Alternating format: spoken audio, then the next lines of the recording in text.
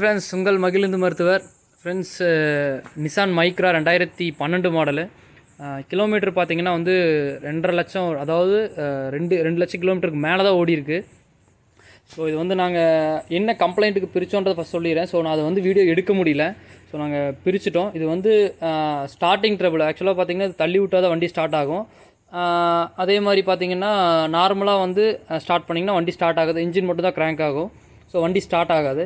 இது வந்து தள்ளி விட்டால் மட்டும்தான் வண்டி ஸ்டார்ட் ஆகும். அப்புறம் நாங்கள் வந்து ஃபஸ்ட்டு எடுத்தோடனே வந்து பம்பும் நாசல் ரெண்டுமே செக் பண்ணோம். ரெண்டுமே செக் பண்ணதில் பார்த்தீங்கன்னா பம்போட ப்ரெஷர், ரயில் ப்ரெஷர் பார்த்தீங்கன்னா கரெக்டான ரீடிங் தான் காமிக்குது. அதாவது 2000 கிலோ பாஸ்கல் அந்த ரீடிங்க்கு மேலே தான் வேல்யூ காமிக்குது. அதே மாதிரி இன்ஜெக்டரும் பார்த்தீங்கன்னா வந்து ரொம்ப டிஃபெக்ட் இருக்கிற மாதிரி தெரியல. அதாவது எப்படின்னா நாங்கள் கழட்டி செக் பண்ணோம், அதே மாதிரி சர்வீஸ் சென்டருக்கு கொடுத்து செக் பண்ணோம். ஸோ செக் பண்ணதில் பார்த்தீங்கன்னா உங்களுக்கு அந்த கம்ப்ளைண்ட் எதுவுமே இல்லை.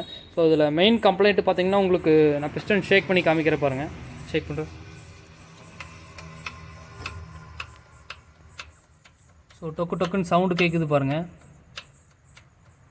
ஸோ பிஸ்டன் வந்து பிஸ்டனோட ரிங்ஸு, போர், ஸோ ரெண்டுமே வந்து தேய்மானமாக இருக்குது. ஸோ அதனால தான் உங்களுக்கு இந்த டொக்கு டொக்குன்ற சவுண்டு. ஆக்சுவலாக பார்த்தீங்கன்னா இது வந்து கிலோமீட்டர் ஓடிடுச்சு. அதாவது 2 லட்சம் கிலோமீட்டருன்றது வந்து மீட்டரில் காமிக்குது. கஸ்டமரோட இது பார்த்திங்கன்னா அதுக்கு மேலேயே ஓடிருக்கு அப்படின்ற மாதிரி வந்து சொன்னார். ஸோ இடையில வந்து அவங்க எம்ஐடி, அதாவது மீட்டர் வந்து சேஞ்ச் பண்ணியிருக்காங்க. ஸோ அதனால் இது வந்து 2.5 லட்சம் கிட்ட எனக்கு தெரிஞ்ச ஒரு 3 லட்சம் கிலோமீட்டர் ஓடி இருக்குது அப்படின்ற மாதிரி கஸ்டமர் வந்து சொல்லியிருக்கு. வந்து ஸோ இதோட பிஸ்டனு. ஸோ இது வந்து பிஸ்டனோட டிடிசி, அதாவது பிஸ்டனோட மட்டத்துக்கு இருக்கிறது. இது வந்து டிடிசி மார்க்கு.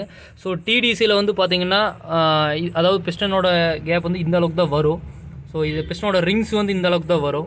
ஸோ அப்படிங்கும்போது உங்களுக்கு வந்து இந்த இடத்துக்கு இருக்கிற ஸ்டெப்பும் இந்த இடத்துக்கு இருக்கிற ஸ்டெப்பும் வந்து பார்த்திங்கன்னா அப்படியே கை வச்சு பார்த்திங்கனாலே உங்களுக்கு தெரியும், வேரி ஆகும். ஸோ அப்படிங்கும்போது பார்த்திங்கன்னா உங்களுக்கு போரும் உங்களுக்கு ஓரளவுக்கு நல்லாவே தேஞ்சிருக்கும். போரும் தேஞ்சிருக்கும், பிஸ்டன் ரிங்ஸும் தேஞ்சிருக்கும். ஸோ இது நம்ம வந்து ஃபுல்லாக இன்ஜினை இறக்கி நம்ம லேத்தில் கொடுத்து தான் வந்து ஃபுல்லுமே வந்து ஓவரால் பண்ணணும். ஸோ அப்புறம் இன்னொன்று பார்த்திங்கன்னா இதில் வர இது ஹெட்டு நாங்கள் தனியாக ரிமூவ் பண்ணிட்டோம். அப்புறம் இஜிஆர் வால்வ் பார்த்திங்கன்னா உள்ளே தெரியும் நல்லாவே. ஸோ உள்ளே நல்லாவே பிளாக் கலரில் இதாக இருக்குது. ஸோ பாருங்கள், உள்ளே இந்தளவுக்கு வந்து கார்பன் வந்து இஜிஆர் வந்து இவங்க க்ளீன் பண்ணவே இல்லைன்னு நினைக்கிறேன். க்ளீன், அதாவது இதுக்கு முன்னாடி வந்து இந்த வண்டிக்கெலாம் பார்த்திங்கன்னா எவ்ரி ஒரு 80,000 கிலோமீட்டர் அல்லது 50,000 கிலோமீட்டரில் வந்து இஜிஆர் வந்து க்ளீன் பண்ணணும். உள்ளே வந்து அந்த ஸ்டெம் ஆயில் சீல் இதில் போய் வந்து கார்பன் வந்து டெபாசிட் ஆயிரும். அப்படிங்கும்போது உங்களுக்கு வால்வோட ஃபங்க்ஷன் சரியாக இருக்காது. ஸோ இப்படி வரனால தான் உங்களுக்கு இந்த பிளாக் ஸ்மோக்கெல்லாம் அதிகமாக வரும். ஸோ இந்த கம்ப்ளைண்ட் தான் ஃப்ரெண்ட்ஸ். இதில் நான் வந்து உங்களுக்கு ஃபுல்லாமே இது வந்து லேத்தில் கொடுத்துட்டு பிஸ்டனு, இதில் வர வால்வு எல்லாமே டோட்டலாக வந்து சேஞ்ச் பண்ணிடுவாங்க. சேஞ்ச் பண்ணிவிட்டு நான் ஃபிட் பண்ணிவிட்டு உங்களுக்கு ஸ்டார்ட் பண்ணி காமிக்கிறேன். அதுவும் இல்லாமல் ஃபிட் பண்ணும்போது எப்படி எது நம்ம வந்து ஸ்டெப் பை ஸ்டெப்பாக எது ஃபிட் பண்ணலாம் அப்படின்றத நான் உங்களுக்கு சொல்கிறேன் ஃப்ரெண்ட்ஸ். இது இந்த வண்டியோட இஜிஆர் வால்வோட சொலினாய்டு. ஸோ இந்த சொலினாய்டில் பார்த்தீங்கனாலும் தெரியும், இந்த வால்வில் பார்த்தீங்கன்னா எந்த அளவுக்கு வந்து கார்பன் இருக்குதுன்னு பார்த்தீங்கனாலே தெரியும். ஸோ பாருங்கள், ஸோ இந்த அளவுக்கு இதில் வந்து கார்பன் ஏறி இருந்தது அப்படின்னா கண்டிப்பாக வந்து இந்த இஜிஆர் வால்வ் வந்து ஃபெயிலியர் ஆகிடும். எப்படின்னா ஃபெயிலியர் மீன்ஸ் உங்களுக்கு வந்து இந்த இஜிஆர் வால்வ் வந்து ஒர்க் ஆகாது. ஸோ இந்த வேல்வ் வந்து ஓப்பன் ஆகும்போது தான் உங்களுக்கு வந்து எக்ஸாஸ்ட்டு கேஸ், அதாவது மினிமம் பர்சன்டேஜ் ஆஃப் கேஸ் வந்து இன்டேக் வெளியே உள்ளே போகும். ஸோ இது வந்து ஓப்பனே ஆகலை அப்படின்னா வந்து எக்ஸாஸ்ட் கேஸ் டோட்டலாக உள்ளே போகாது. ஸோ இது வந்து எதுக்காக இந்த இஜிஆர் சிஸ்டம் அப்படின்னா உங்களுக்கு ஆல்ரெடி பேர்ன் ஆன கேஸ் வந்து கொஞ்சமாவது, அதாவது எப்படி சொல்கிறதுனா இப்போது பழைய, அதோட 80% ஆஃப் அட்மாஸ்பியரை 20% ஆஃப் ஆல்ரெடி பேர்ன் ஆன ஏர் இது வந்து மிக்ஸ் பண்ணி அனுப்புறது, மிக்சிங், அதாவது அந்த 20% வந்து கொடுக்குறது வந்து இந்த இஜிஆர் வேல்வோட ஒர்க்கிங்கு. ஸோ இது வந்து அந்த பேர்ன் ஆன ஏர் லைட்டாக மினிமம் பர்சன்டேஜ் உள்ளே போகும்போது உங்களுக்கு பேர்னிங் எஃபிஷியன்சி இன்னி கொஞ்சம் அதிகமாக இருக்கும். ஸோ அதனால் வந்து வண்டியோட பர்ஃபார்மன்ஸும் பார்த்திங்கன்னா இன்னி கொஞ்சம் நல்லாயிருக்கும். ஸோ அதுக்காக தான் இந்த இஜிஆர் வால்வ். இது உங்களுக்கு டோட்டலாக டிஃபெக்ட் ஆயிடுச்சு அப்படின்னாலும் உங்களுக்கு வந்து டோட்டலாக வந்து பிளாக் ஸ்மோக் அதிகமாக வரும். அந்த 20% பிளாக் ஸ்மோக் வந்து இதில் வழியாக உள்ளே போகலை அப்படின்னா ஃபுல்லுமே வந்து எக்ஸாஸ்ட் வழியாக தான் வெளியே வரும். ஸோ இதை ஃப்ரெண்ட்ஸ் கம்ப்ளைண்ட். நீங்கள் மாட்டும் போது எப்பவுமே இந்த இஜிஆர் வால்வ் டோட்டலாக செக் பண்ணியிருக்கேன் ஃப்ரெண்ட்ஸ். நம்மளுக்கு இப்போது இது வந்து நிசான் மைக்ராவோட இன்ஜின் பிளாக் வந்து ரிசீவ் ஆயிடுச்சு. ஸோ நான் அதை உங்களுக்கு காமிக்கிற பாருங்கள். கொஞ்சம் திருப்பி பார்த்து அதில் பட்டுற போது அப்படியே பிடிச்சிக்கோ. நான் ஃபஸ்ட்டு வந்து சொல்லியிருந்தேன் பிஸ்டன் ஷேக் வந்து இருந்துன்னு சொல்லிட்டு இது பண்ணி அப்படி. இதில் பார்த்திங்கன்னா புது பிஸ்டன் மாட்டினதில் பார்த்திங்கன்னா கொஞ்சம் கூட ஷேக் இல்லை. ஸோ நான் பழைய வீடியோவில் வந்து அந்த பழைய இன்ஜின் பிளாக்கில் வந்து நான் ஷேக் பண்ணி காமிச்சேன். நல்லாவே டக்குன்னு சவுண்டு வந்தது. இதில் பார்த்திங்கன்னா கொஞ்சம் கூட ஷேக் இல்லை. ஸோ இதில் வந்து டோட்டலாக வந்து ஃபுல்லாக போர் பண்ணி இதுக்கு தகுந்த பிஸ்டன் சைஸ் வந்து போட்டிருக்கு.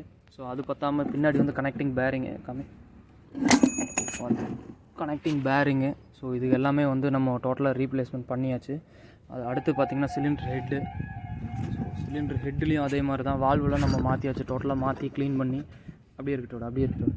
ஸோ இதுக்கெல்லாம் டோட்டலாக க்ளீன் பண்ணி உள்ளே வர அந்த ஆயில் சீலுக எல்லாமே வந்து டோட்டலாக அந்த மெஷினிங் ஷாப் அங்கே கொடுத்து நம்ம வந்து டோட்டலாக ரெடி பண்ணியாச்சு.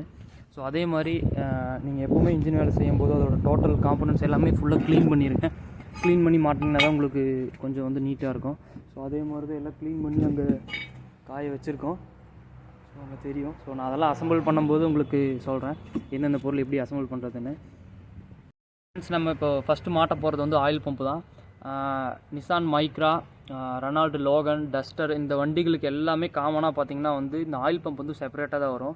இந்த ஆயில் பம்ப் வந்து ஒரு புள்ளி வந்து கிராங்க் ஷாஃப்ட்டோட ஒரு எண்டில் இது கனெக்ட் ஆகும்.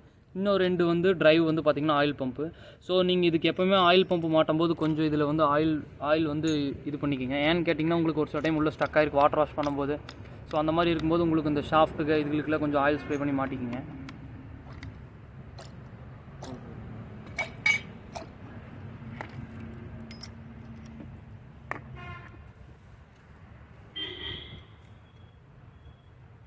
இதுலேயும் கொஞ்சம் ஆயில் வச்சுக்கலாம்.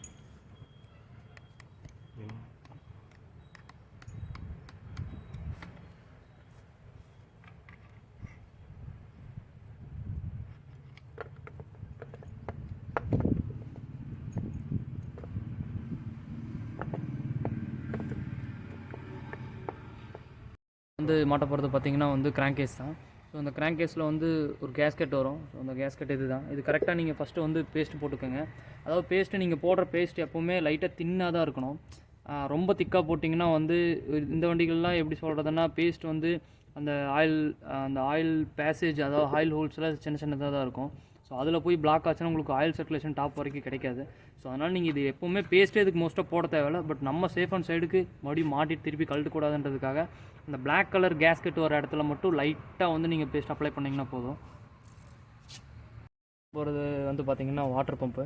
ஸோ இந்த வாட்டர் பம்பு இதோட வாட்டர் பம்பு. ஸோ இதுக்கும் பேக்கிங் வரும். இதுக்கு மொத்தம் பார்த்திங்கன்னா வந்து 5 போல்ட் வரும். 5மே பார்த்திங்கன்னா வந்து இவ்வளோ லென்த்து தான் இருக்கும். ஸோ இதுக்கு நீங்கள் ஓவர் லென்த்து போட்டுறாதீங்க. ஓவர் லென்த் போட்டிங்கன்னா உள்ளே த்ரெட் ஆகிடும். இந்த வாட்டர் பம்ப் போர்ட்டில் நீங்கள் போல்டில் வந்து நீங்கள் த்ரெட் ஆயிடுச்சு அப்படின்னா கண்டிப்பாக அது மெஷினிங்கில் இது கொடுத்து அது பெரிய வேலை வந்துடும். ஸோ அதனால் இந்த போல்டு மட்டும் நீங்கள் இந்த சைஸ் தான் வரும். இது மட்டும் நீங்கள் பார்த்து போட்டுக்கோங்க. இப்போ பார்த்திங்கன்னா வந்து சிலிண்டர் பார்த்திங்கன்னா வாட்டர் பம்ப்பு.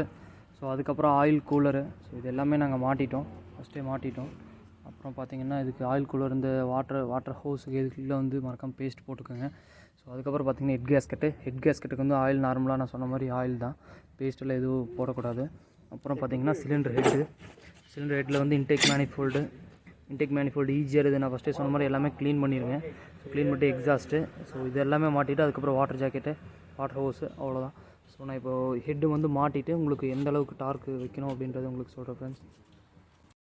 ஃபஸ்ட்டே சொன்ன மாதிரி டார்க் ரென்ச் யூஸ் பண்ணி தான் வந்து நீங்கள் இந்த ஹெட் போல்ட் டைட் பண்ணணும். ஏன்னா அப்போ தான் வந்து உங்களுக்கு ஈவனாக இருக்கும், ஹெட் கேஸ்கெட் வந்து டேமேஜ் ஆகாது.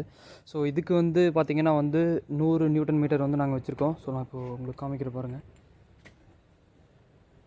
நல்லா பிடி முடியல வாடா நீ வந்து பிடிச்சி அன்சைடு வந்து பிடிச்சிக்கோ. நான் பிடிச்ச மாதிரி. ஸோ இதுக்கு கொஞ்சம் ஜாஸ்தி தான் வைக்கணும். நார்மலாக இது டீசல் இன்ஜின்றனால கொஞ்சம் டைட் வந்து அதிகமாக தேவைப்படும். பிடிச்சிக்கேன். ஸோ அந்த டைட்டுக்கு மேலே உங்களுக்கு வந்து ஆகாது. ஸோ இதனால் பார்த்திங்கன்னா உங்களுக்கு ஹெட் கேஸ்கெட் வந்து ஈவனான டைட்டில் தான் இருக்கும். ஸோ அந்த குறிப்பிட்ட டைட்டுக்கு மேலே போகாது.